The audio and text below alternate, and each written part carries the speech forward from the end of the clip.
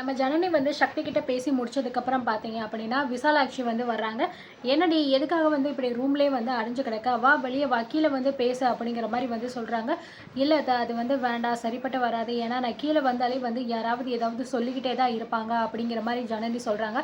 அதெல்லாம் யாரடி ஒன்று சொல்ல போகிறேன், நான் பார்த்துக்கிறேன் வா அப்படிங்கிற மாதிரி வந்து விஷாலாட்சி அதுக்கப்புறம் பார்த்தீங்கன்னா ஜனனியை கூட்டிகிட்டு வந்து கீழே வந்துட்டு ஹாலில் வந்து பார்த்தீங்கன்னா டைனிங் டேபிளில் 2 பேருமே உட்காந்து பேசிக்கிட்டு இருக்காங்க.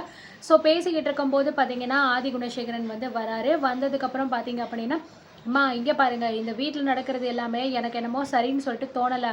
ஆளுக்காளுக்கு ஒவ்வொரு விஷயத்த வந்து பண்ணிக்கிட்டு இருக்காங்க. இதெல்லாம் எங்கே போய் முடிய போகுதுன்னு சொல்லிட்டு தெரியல. ஒரு பெத்த அம்மாவாக இருந்துக்கிட்டு நீ என்னடானா பெத்த பசங்களுக்கு சப்போர்ட் பண்ணாமல் யார் யாருக்கோ நீ வந்து சப்போர்ட் பண்ணிட்டு திரிகிற என்ன அப்படிங்கிற மாதிரி வந்து பேசிக்கிட்டு இருக்காரு. ஸோ விஷாலாட்சி எதுவுமே சொல்லாமல் வந்து அமைதியாக உட்காந்துக்கிட்டு இருக்க. உடனே பார்த்தீங்கன்னா வீட்டுக்குள்ளேருந்து எல்லாரும் வந்துடுறாங்க. இந்த பக்கம் வந்து யார், ஈஸ்வரி, நந்தினி, ரேணுகா, இந்த பக்கம் கதிர், ஞானம், அதுக்கப்புறம் கரிகாலன் எல்லாருமே வந்து வந்துடுறாங்க. அட என்ன ஹாலில் தான் எல்லாருமே வந்து இருக்கீங்களா, என்ன குட்டியக்கா நீங்களும் இங்கே வந்து உட்காந்துருக்கீங்க, ரொம்ப அதிசயமாக, எங்கே சக்தி மாமாவை காணோம் அப்படிங்கிற மாதிரி வந்து பேசும்போது எதுவுமே வந்து நம்ம ஜனனி எதுவுமே வந்து பார்த்தீங்க அப்படின்னா பதில் பேசாமல் அமைதியாக உட்காந்துக்கிட்டு இருக்காங்க. டேய் இப்போ உங்ககிட்ட யாராவது இதை பற்றி பேசுனாங்களா, உன் வேலை என்னமோ அதை மட்டும் பார்த்துட்டு வாயை மூடிட்டு இருடா, தேவையில்லாமல் ஏதாவது பேசி வாங்கி கட்டிக்காத என்ன அப்படிங்கிற மாதிரி விசாலாட்சி வந்து சொல்லிக்கிட்டு இருக்காங்க. ஸோ கதிர் வந்து சொல்கிறாரு, அதான் வந்து புருஷனை வேவு பார்க்கறதுக்கு எங்கேயோ அனுப்பி வச்சிருக்கால, அதனால் புருஷன் எங்கேயாவது போய் எதையாவது ஒன்று கண்டுபிடிச்சிக்கிட்டு இருப்பான், பொண்டாட்டி வந்து வீட்டில் உட்காந்துக்கிட்டு இருக்கா அதானே அப்படிங்கிற மாதிரி வந்து கேட்கும்போது ஜனனிக்கு வந்து பார்த்தீங்க அப்படின்னா கோபம் வருது. ஆமாம், இப்போ அதில் என்ன இருக்குது, இந்த வீட்டில் என்னென்னமோ நடக்குது அப்படின்னு சொல்கிறீங்களே, அதுக்கெல்லாம் காரணம் யாருன்னு தெரிஞ்சுக்க வேண்டாமா? நீங்கள் வந்து கண்டுபிடிக்கிறேன் அப்படின்னு சொல்லிட்டு ஒன்றும் பண்ண போகிறது கிடையாது. அது மட்டும் இல்லாமல் தர்ஷினியை இங்கே கூட்டிகிட்டு வந்தது நான் தான். அந்த விஷயத்த உங்களுக்கெல்லாம் நான் நிரூபிக்கணும்ல. தர்ஷினிக்கு முன்னாடி அந்த விகே அப்படிங்கிற ஆளை யார் சுட்டது, அது மட்டும் இல்லாமல் தர்ஷினியை வந்து யார் காப்பாற்றினது அப்படிங்கிற எல்லாத்தையுமே நீங்கள் தெரிஞ்சுக்கணும். அதுக்கு மட்டும் இல்லாமல் இதில் முக்கியமான குற்றவாளி யார், அந்த ஆளுக்கு எப்படி நம்ம தண்டனை கொடுக்கணும் அப்படிங்கிறத பார்க்கணும் இல்லையா? அதை யார் பார்ப்பா, நீங்களா பார்ப்பீங்க, நான் தானே பார்க்கணும்.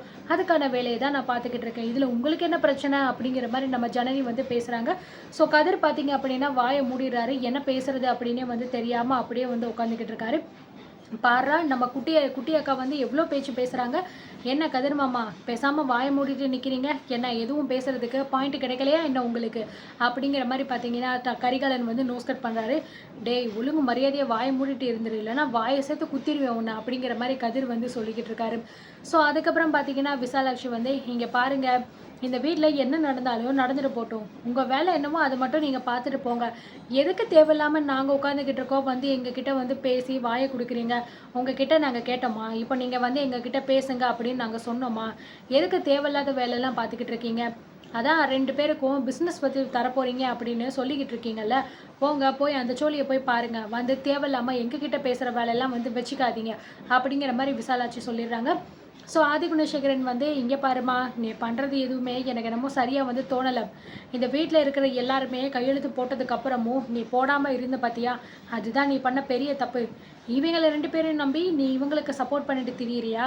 நீ வேணா பாரு, இவங்க 2 பேரும் கூடிய சீக்கிரத்தில் உன்னை எங்கே போய் நிறுத்த போகிறாங்கன்னு நடு தெருவில் போய் தான் நிற்க போகிறேன். அதுக்கப்புறம் யார் உன்னை பார்த்துக்க போகிறா, நாங்கள் தானே திரும்பி வரணும், அப்போ நான் உங்ககிட்ட வந்து பேசிக்கிறேன் அப்படிங்கிற மாதிரி ஆதி குணசேகரன் சொல்கிறாரு. இங்கே பாருப்பா, உனக்கு அந்த கவலையெல்லாம் வந்து வேண்டாம். இவங்க 2 பேரும் என்னை எப்படி பார்த்துப்பாங்கன்னு எனக்கு நல்லா தெரியும். அதையும் தாண்டி இவங்க என்னை நடுத்தெருவில் நிப்பாட்டினாலும் நான் அப்படியே கூட நின்றுக்கிறேனே தவிர நீங்களாம் வந்து கூப்பிடாதீங்க, நீங்கள் கூப்பிட்டாலும் நான் ஒன்றும் வரப்போகிறது கிடையாது அப்படிங்கிற மாதிரி வந்து சொல்லிடுறாங்க. ஸோ இதனால் இந்த பக்கம் ஈஸ்வரி, நந்தினி, ஜனனி, அதுக்கப்புறம் பார்த்தீங்கன்னா ரேணுகா எல்லாருமே வந்து விசாலாட்சியை வந்து பார்த்துக்கிட்டு இருக்காங்க. என்னத்தை எதுக்காக இப்படி நீங்கள் இப்படிலாம் வந்து பேசிக்கிட்டு இருக்கீங்க அப்படிங்கிற மாதிரி ரேணுகா சொல்லும்போது, இங்கே பாருடி, இங்கே நடக்கிற எந்த விஷயமுமே எனக்கு கொஞ்சம் கூட வந்து பிடிக்கல. நான் சொன்னால் மட்டும் யாராவது ஏதாவது சொல்லிட போகிறீங்களா என்ன? என்னமோ நான் வந்து உங்களை தப்பு பேசுகிற மாதிரியெல்லாம் நீங்கள் வந்து பேசிக்கிட்டு இருப்பீங்க.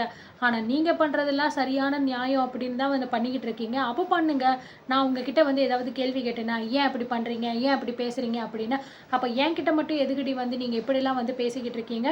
உங்கள் புருஷனங்களெல்லாம் பேசாமல் வாயை மூடிட்டு அவங்கவுங்க வேலையை பார்க்க சொல்லு, அதுதான் நல்லது அப்படிங்கிற மாதிரி வந்து விசாலாட்சி சொல்லிடுறாங்க. கொஞ்சம் நேரம் வந்து இங்கே வந்து நம்மளால் நிம்மதியாக உட்கார முடியலை, அதுக்குள்ளே வந்துடுறாங்க ஏதாவது ஒன்று சொல்கிறதுக்கு.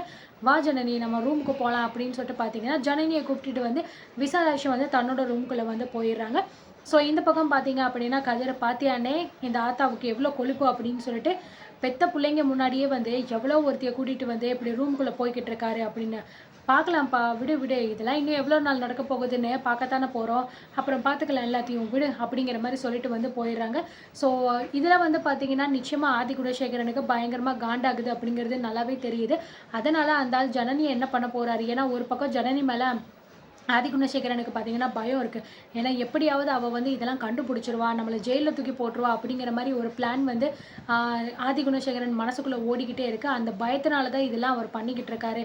விசாலாட்சியோட சப்போர்ட் இல்லை அப்படின்னா ஜனனியால் ஒன்றும் பண்ண முடியாது அப்படிங்கிற மாதிரி தான் வந்து விசாலாட்சியை டார்கெட் பண்ணிக்கிட்டு இருக்காரு. இது எல்லாமே தாண்டி எப்படி நம்ம ஜனனி வெளியில் வரப்போகிறாங்க அப்படிங்கிறத பார்க்கலாம்.